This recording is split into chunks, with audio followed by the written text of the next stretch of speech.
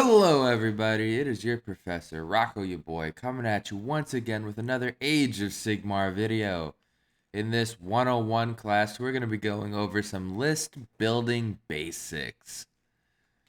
And yeah, as you can see, we're not in a slideshow. It's not you and me having an intimate talk. We are opening up right here on the Warhammer community website's WarscrollBuilder. This is where I use to make all of my lists. It's what a lot of tournaments ask you submit your lists to be formatted like this. This partners with other websites and tools within the community where you can copy your list from here and paste it into something else. WarscrollBuilder is probably the best thing. It's run by a gentleman named Tony P. It's literally just him, and this is all just a passion of love that he has for the community and what he does here. And I highly recommend it. And this is just warscrollbuilder.com. Link will be in the description because where you find the link, you can't click in my video, can you? And this is just, you get your list. You click the big number there. It says what type of game we're going to be focusing on a 2,000-point match play game. Pick your Grand Alliance, pick your Allegiance here, Mortal Realm, which is still a little weird that it's still here, but for narrative games and stuff, that's still all there. Your grand strategy, you gotta pick an allegiance, like let's just say Deepkin, and then that lets you pick a sub-faction, which we've been Futan lately. And these are all the different factions that could have allies in or be a part of the faction. Then you pick your leaders and so on and so forth. But this isn't just a video on how to do all this. We also have a little bit to talk about with it. Now, starting off to what you're going to need when you're making a list on WarscrollBuilder, you need to have your own battle tome for your faction. Which is going to seem weird that I have to say that, but some of these units here, let's say the Achillean King, you can click this little button. It'll bring you to a PDF. Sometimes the PDF is a little old. Lucky for us, Deepkin haven't had a book since first edition, so that one's fine. But in order to make sure you have all the right stats, have your book to cross-reference everything. And then I've got my Achillean King here. They could be the general. This is where I can put a command trait in. This is the weapons options, artifact, mount trait, if and when they come in a battalion. Because down here, the buttons to add the battalion, so what's been cool is, like, let's say I pick Battle Regiment. Now I go to my drop-down button. Battle Regiment is a choosable option. Trash can't get rid of it. Next, you're going to want your actual General's Handbook until you start getting some of the stuff memorized. Because that'll have, like, the lists of, like, the battalions and the enhancements and things. And this does as well. And as we saw, like, if I pick the Battle Regiment, it'll say the mandatory units in it. Again, just to have as a reference. This is nice. And then we can go, like, break down to the units, the behemoth, we had artillery here. We've got all the endless spells listed that I could possibly take. And if the Deepkin did have faction-specific ones, which at the time of recording they don't, but if they did, they'd be thrown in here as well. Oh, boy. Let's see, then we have the enhancements list. Like, do I want to get an extra spell, a triumph, a prayer, an artifact, or whatever? I'd pick here. And going back to this, so you need your battle tome and the General's Handbook to cross-reference all this stuff. Because the General's Handbook will actually have a copy of the core rules in it with the core battalions and the special battalions for the, I guess we're calling these seasons now. That's why you really need those. Again, WarscrollBuilder has it, but just in case there's an error or something, because it's one person literally doing all this, that's nice. But you look for any supplements your army can have. Of course, I use WarscrollBuilder. That's all the showing and the talking about what we need. Let's go for some like big picture. What am I thinking about when I'm actually trying to make a list on this?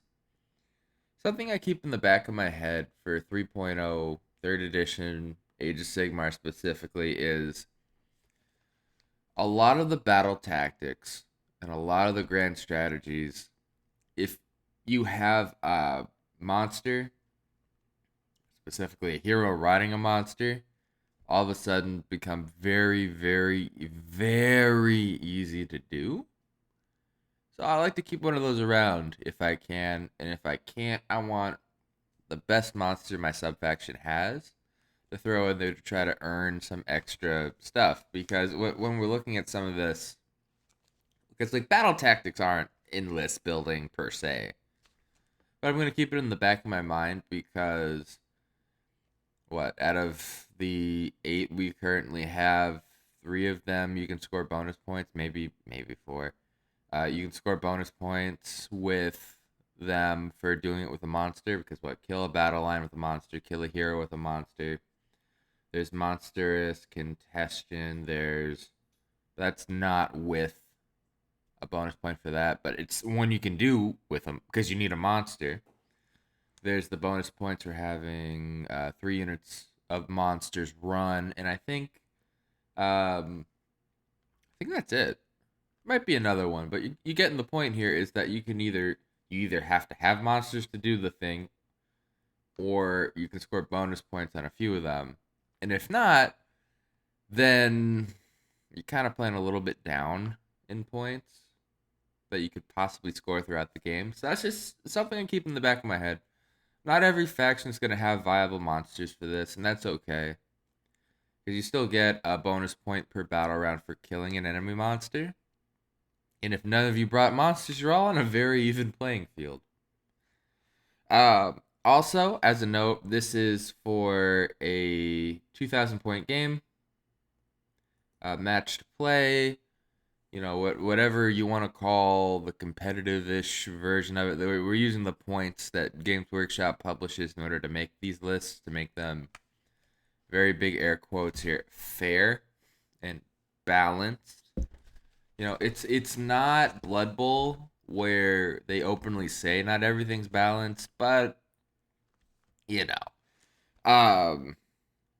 also, I want to talk very quickly about the idea of a battle line. I'm going to go through a bunch of jargon, and I'm going to try to be as concise as I can here. We've got the idea of battle line as attacks versus you just really want battle line. So if you hear someone say that, oh yeah, my battle line is such attacks, they're units, because as we can see here in the red, as we haven't met the requirement, you need at least 3 units of your battle line. You need at least 1 hero. That's a leader here. So the Achillean King, I click the king, boom. That's great. I'm going to make the king my general because I know it makes certain units in my army battle line. And it'll say battle line with general. And then, let's just say I have 3 units of Achillean Guard. In my mind, the better eels, at me on Twitter. Then my 3 out of 3 battle line minimum is met. And the rest are don't go over. And if you do go over, let's say, for example, I have multiple, I can't even take that anymore. Let's say I have multiple artifacts. It'll pop up in red and say, hey, don't do that. It's not necessarily immediately intuitive, but I've been using this for years. So to me, it just jumps out as that. Now, with the battle line as tax versus you actually want it, I would love 3 units of Achillean Guard. They're great for what they do. They're very, very tanky. They only come in units of 3. They're appropriately priced, generally speaking. But I'm taking them anyway, and they're good for what they do, which is be unrendable. And I can make them very easily be a 3-up save without even trying. And there's some corner cases where I can make it a 2-up save because when they charge, they have a rule. It changes their save characteristic from a 4+ base save to a 3+ base save. I don't expect that to stay around long when they do eventually get their 3.0 book. But until then, I'm going to enjoy it. Because, again, it's a unit of 3 guys or gals here. And just having my battle line and a couple of heroes in a Deepkin army, you can tell this is more of an elite army. I already have almost half my points taking up. Right there, just taken up. And then I would still want, say, a turtle, a Leviathan that would come with a mount trait. And I'd rather take the mount trait on the Leviathan. Oh, there's still some FAQs that need to happen because Deepkin specifically have a weird thing where they say the first time you take mount traits, it should be 1 on the turtle, 1 on the king. And then we just had the big FAQ for the whole game, which also can be found in the Warhammer community thing through this nice little tab here. That said you're only allowed like 1 per army to start with. So I'd rather take it on the turtle. And again, these are things that I can see here and click on. And then when I go to present this, I'll click this little button. I get the short version, the full version. That's just very nice and clean. And you can see I don't have a grand strategy. I didn't pick a triumph yet. So it's blank. Now, going on to my next thing about what I'm thinking about when I'm making these lists is I need hammer units, anvil units, and I need some chaff. Now, what am I saying with all that? Because I use jargon again. Rocco's out here. It's in the morning when I'm recording this. It's like, oh, Rocco, I didn't want to sign up for an 8 a.m. class. Well, dear viewer, it's YouTube. You can watch later. But until then, a hammer unit for me is a unit that does the damage and is probably actively taking objectives. This is a little bit of an amendment to earlier things I've said with hammers. Because they're going to be doing the fighting. More likely than not, they're fighting over an objective on a table. So, kind of makes sense to adjust that definition and say, yeah, they're my unit doing the fighting and also conquering objectives for me. You know, they've got a mix of speed, strength, skill, whatever you want to say. They have great abilities. They're going out there and they're doing damage. In this, I guess at the moment, my turtle would be it, huh? But also, I really like sharks for this role. Let's have some sharks out here, alright? This is gonna be a wonky list. But, you know, they move for see, this is the whole thing. They don't even have the updated war scroll here. Because currently they move 14 inches. They have the updated points, but that's, again, this is a Games Workshop thing. And why you need your battle tome. I'm going to click this little button. And as you can see, this is not the current Alapex War Scroll. And that happens.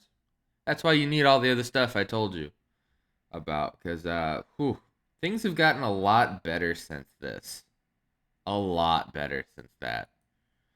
But the current points costs and wounds and the amount of models it is, that's still all good. And I'm going to want mine with the Razor Shell Harpoon Launchers, which are now 4 shots apiece. 3's to hit, 3's to wound, -1 rend, 1 damage. I like that extra power projection. And yeah, that's what these do. They go out far. They have -2 rend on their bites currently. Not the, again, the war scroll that's attached to this isn't correct. And that's okay. That's not what we're using this for. This is still more up to date than Battle Scribe and some of the other list building tools overall. But, you know, these aren't battle line at all. You can see they're not listed here for that. So at the moment, I actually need to find another unit of battle line. That could also be like a bit of a hammer for me. That's going to be these Namarti Thralls. Then we're looking at our points cost here, 17.7. We're getting really close. I don't have a lot of models on my my wish list here. So that's those are my hammers. The sharks And these thralls, they're not necessarily that fast, but they hit like a truck and they're very cheap. So there's something I could throw in here and be okay with. Next, I look for my anvils. These are things that are going to hold my objectives for me, more likely than not. Um, what's really good about them is they could be really high. And when I say a high save, I mean like a 2+ save. Like the number itself is low, but it's a very high chance of success. Great saves for me. Um, I know I say that a little bit backwards to other people. But to me, a low save is a 5+ save that you need to make. You know, how I say things, which is why I need to explain why I say things the way I do. You know, it's this the Chilean guard, also known as defensive eels. They're my anvil. The turtle itself starting up, Shelly Baby Girl. Again, ignore that 3+ there because it doesn't follow the latest war scrolls from the Marathi Broken Realms Marathi update. Even though it does have the mount trait and the proper points and wounds cost.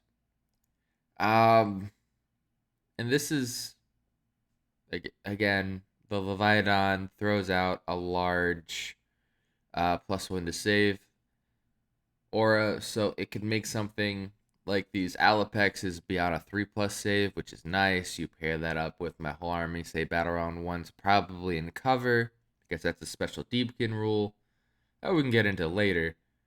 You know, my army is very elite, but there's a good chance it's gonna survive first contact with opposing forces.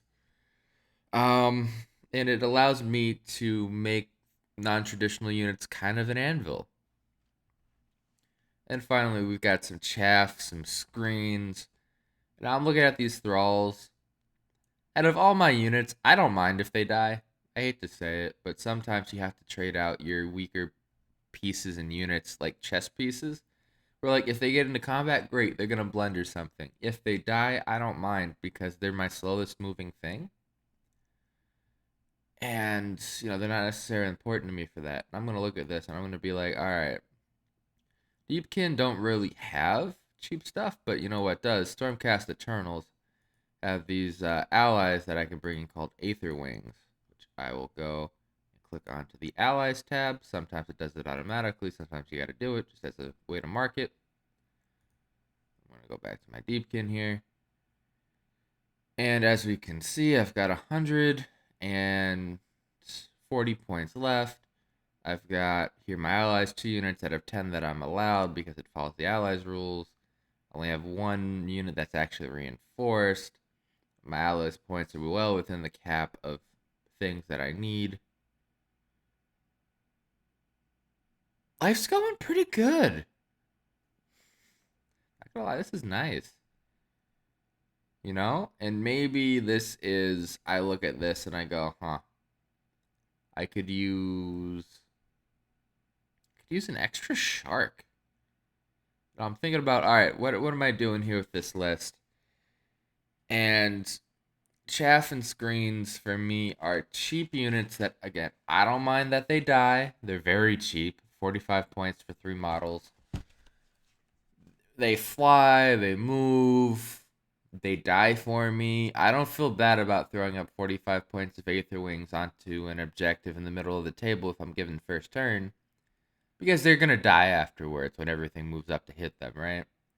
I would rather lose 45 points of my army and potentially my opponent, in order to kill the 45 points, has to move up several hundred points of their army to kill those birds than what I'm going to expend, you know? And then if they're that much closer to me, that means 100, let's say they kill, let's round up and say they kill both units of birds at 90 points.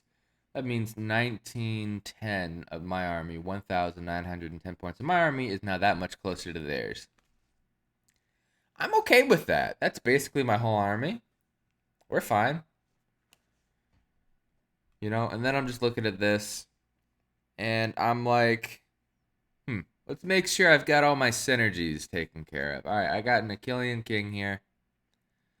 You know, I'm gonna go look at my, and through synergies, I mean, you know, how things all work together in a good way that benefits each other.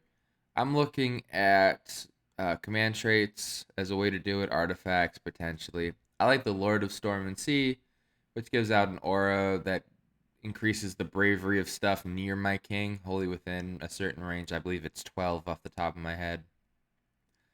That's a synergy there. The aspect of the sea here, I'm not necessarily the highest on that. So uh we're gonna go actually aspect of the storm. It's cheaper and it gives out an aura of +1 to wound wholly within 18 inches of itself. So that's another synergy there. And my whole army generally hits on 3s and 3s, so now making it 3s and 2s, that's great. Being Futan itself, my sub faction is a synergy. Excuse me. Where everything, I get different bonuses for my sub factions. My mounts do very good in Futan specifically. That's the turtle, that's the sharks, that's the eels, that's the King's Deep Mare. Oh man, I get the ability to run and charge on turns where normally I get to retreat and charge, but that's more specific things to me knowing Deepkin. This isn't a Deepkin episode. This is a list building episode, so bear with me a little bit on that. But I'm looking at my sub faction. I'm looking at any spells or prayers that can give buffs to me that I could use um, to debuff my opponents. This is the mount trait, for the sake of argument, Void Chill Darkness. Let's go with we're in the best timeline where my king still gets a free mount trait and so does my turtle. Void Chill Darkness gives an aura of -1 to hit me within 3 inches of the king. So you just have to be in combat with me, and then you could be -1 to hit all kinds of other stuff just for being near me. Again, living in the best timeline here. Different artifacts could be Armor of the Sethai, which is another -1 to hit aura. So I can make my king -2 to be hit in combat. Alright. Rune of Surging Tide is something from my army. Leandra's Last Lament. That is a Battle Shock immunity once per game thing, which could be very cool for my army. We've got different ideas here. Heck. What I would do, even, is Terror Knight Venom, which I love on an Eidolon. It's reroll once to hit for one of your attack profiles. I throw it on its good spear profile, and also it makes you -1 to bravery. Or the Cloud of Midnight, which allows my Eidolon to pop it at the start of a turn, of a phase in a turn, and that could be my charge phase, charges in, and then you can't target it with your attacks, which means no Unleash Hell. That's a nice synergy to protect my army from that. And sometimes these synergies can take a meh war scroll and make it amazing. Like, if we look at the Namarti Thralls, this one's actually still good to look up here. So, what this is, the 5-up save, which is meh. The attacks they're good, and there's ways to get either more attacks and more damage. But looking at the new Turtle War scroll, which gives out +1 save, but can also give out +1 to hit for Namarti units that target enemy units that are close to the turtle. So all of a sudden, I'm getting, let's say, 3 attack. I'm going into here with the good attacks. We're going into opposing infantry with 1 wound. So my 10 Namarti all of a sudden get 31 attacks, hitting on 2s, wounding on 3s. With the aspect of the Storm Eidolon, now it's 31 attacks, hitting and wounding on 2s. -1 Ren, 1 damage apiece. They're gonna slaughter whatever they get into. And then we can just build up that war scroll from there. Alright, and we're at 1835. My goodness. And this is, then we're thinking about, like, what's my grand strategy with all this? I've got some really, really good battle line that don't die in the Ishlein Guard. In fact, I might just say, hey, we're going to have a third unit of that coming at 1990 points. So I have 4 battle line units, and sometimes you want more than 3, because again, it's not a tax for me. And I'm going to choose the hold the line grand strategy as a nice, easy thing to score, just because of how reliable my army is for that.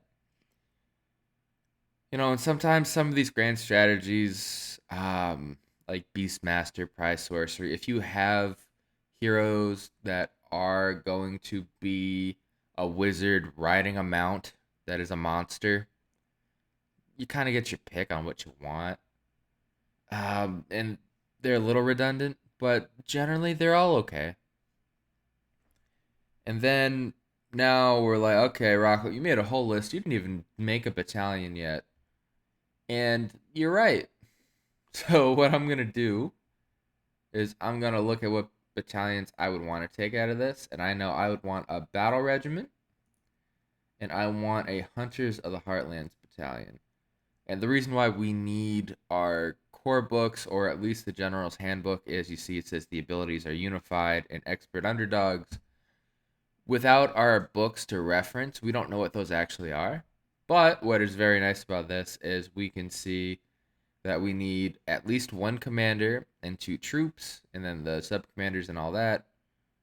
And we, again, referencing all of our stuff, we know that the aspect of the storm here would actually be the commander in that. And the Achillean King, even though it's my general, which is funny, would be the sub commander role because it goes off of wound characteristics. Again, it's a little weird, but that's why we have all the books to start with. And then we look at this and say, hey, you know what? I want my. Let's see. I want the Hunters Battalion because if the Ishlean Guard, because they're unrendable, I can very easily all out defense them, or I can make them not be taking mortal wounds from being stomped. So they're all going to go into the Hunters. And what's cool is I could add more to the unit. I can copy it. But also what I can do is move it up so they're all together. And the rest of this, because this is a troop, that's a troop, troops,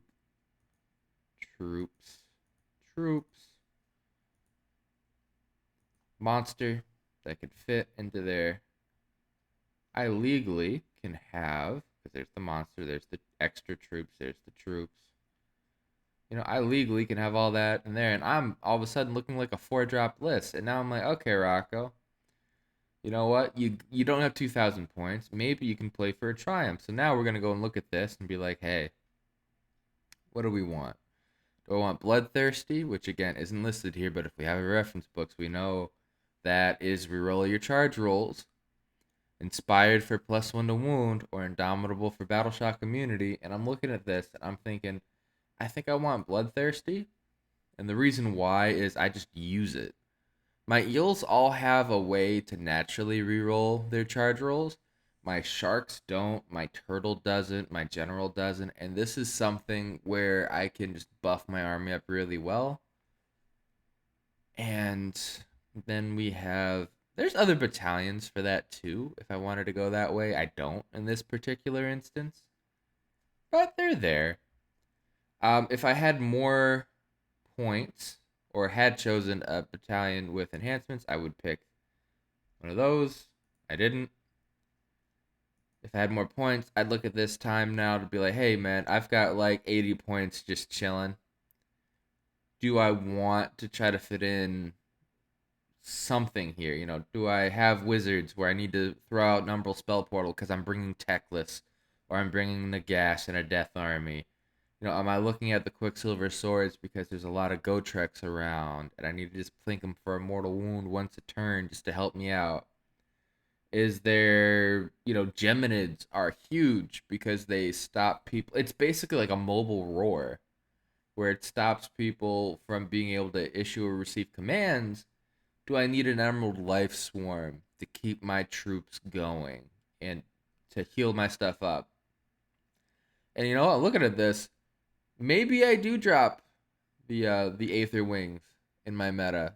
You know, if everyone's running elite armies and I don't need them to screen out, I drop the Aether Wings and I throw in an Emerald Life Swarm. And in order to cast it, I make this guy be a wizard with the Arcane Tome. You know? And we're still staying in the battle regiment. But, you know, that is an option. And that is something that, depending on what you need to deal with in your local meta and what you're trying to do, it's viable. You know, that's the thing, too. This is a viable list. Is it a bajillion offensive eels, the Morsar Guard, and one king to, you know, what was it? I think it was like one king and 27 eels.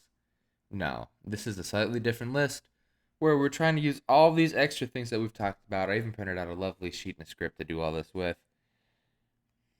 And it works, you know. And when I go to say share it with somebody, because I could save it as a PDF here, but I like doing the copy and pasting because this again goes from the top. We are Futan. We are doing hold the line for my grand strategy. Our triumph is bloodthirsty if we get to it. And then we've got these asterisks, which are like one behind the line is battle regiment, two in this instant is hunters. That can change depending on the battalions and what order you put them in, which is very nice for WarscrollBuilder.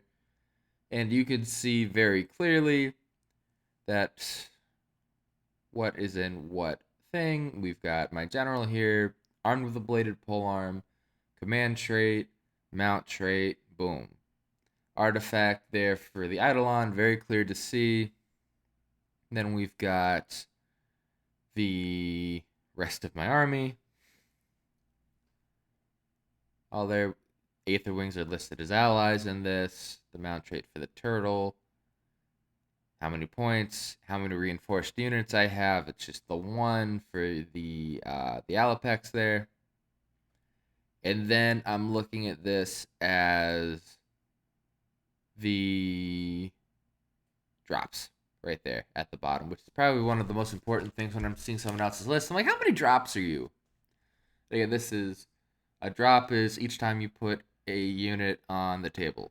Because I have the battle regiment, all of that counts as one drop. It has to go down all at the same time. And then I've got my 3 units of Vishalayan Guard that are just chilling as their own separate things. And with that, ladies and gentlemen, this is my list building basics. Thank you for watching. Thank you for coming to class. You know, if you have any questions, drop them in the comments. We're building a nice community here. If I don't get around to them, someone else might be able to help you out too. And as I like to say at the end of all of our classes, class dismissed.